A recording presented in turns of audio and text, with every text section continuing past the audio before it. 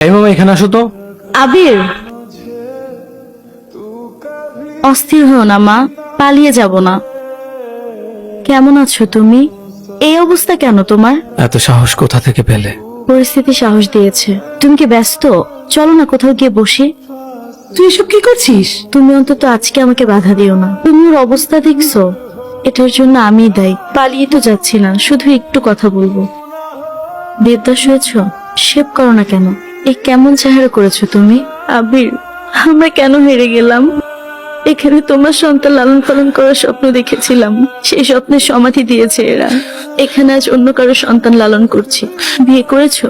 না। বিয়ে করছো না কেন? বুড়ো হয়ে গেলে বিয়ে করবে? আমাকে এখনো মাফ করতে পারোনি? তুমি কিভাবে উপরে আসলা?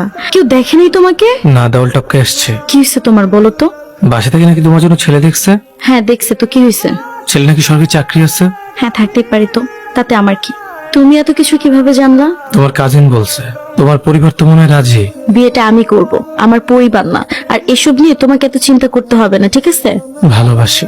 ভালোবাসি। এবার তুমি যাও, কেউ দেখলে কি হবে তুমি বুঝতেছো? এমনিতেই মা তোমার কথা নিয়ে সকালবেলা আমাকে অনেক কথা শোনাইছে। যাও তুমি, এটা নিয়ে যাই। যাও। এই শোনো, সাবধানে যেও কিন্তু, পড়ে যেও না। এই মামা দাঁড়াও দাঁড়াও দাঁড়াও দাঁড়াও। আসসালামু আলাইকুম বড় ভাই, আপনারা তো খুঁজেই পাওয়া যায় না। দেখছেন আজকে ঠিকই পেয়ে গেছি। নিস্তে নাম।